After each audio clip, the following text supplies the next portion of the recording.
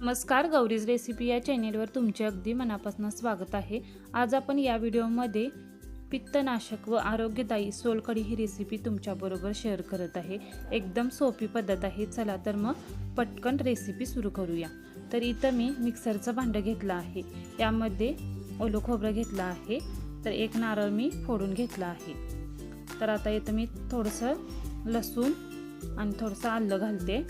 इथं हिरवी मिरची एक घातली आहे, थोडीशी कोथिंबीर आणि सोलकढीला रंग छान येण्यासाठी इथं मी बीट वापरला आहे। आता हे मिक्सरमध्ये छान वाटून घेऊया।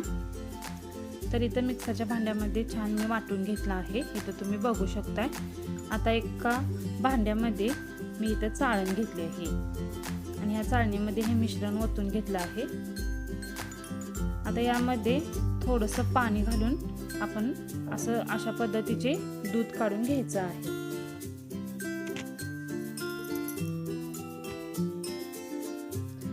तर अशा पद्धतीने मी दूध काढून घेणार आहे।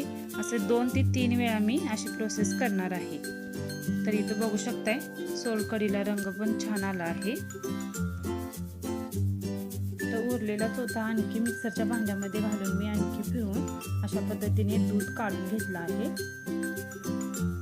तर यामध्ये आता आपल्या आवडीनुसार थोडंसं कमी जास्त पाणी या ठिकाणी ॲड करू शकताय। तर इथं मी 1 ग्लास इतकं मी पाणी घातलं आहे। तर यामध्ये चवीनुसार साखर आणि चवीनुसार मीठ घालायचं आहे आणि इथं मिक्स करून घ्याव्या।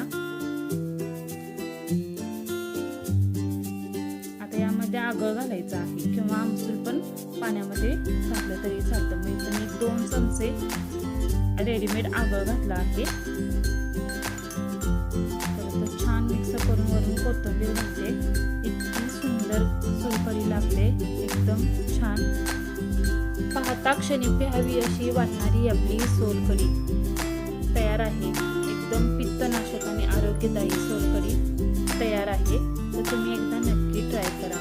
व्हिडिओ आवडल्यास व्हिडिओला लाईक करा, शेअर करा आणि चॅनलला अजूनही सबस्क्राईब केले नसेल तर सबस्क्राईब करा आणि बाजूची बेल आयकॉन ही प्रेस करा। थँक्यू।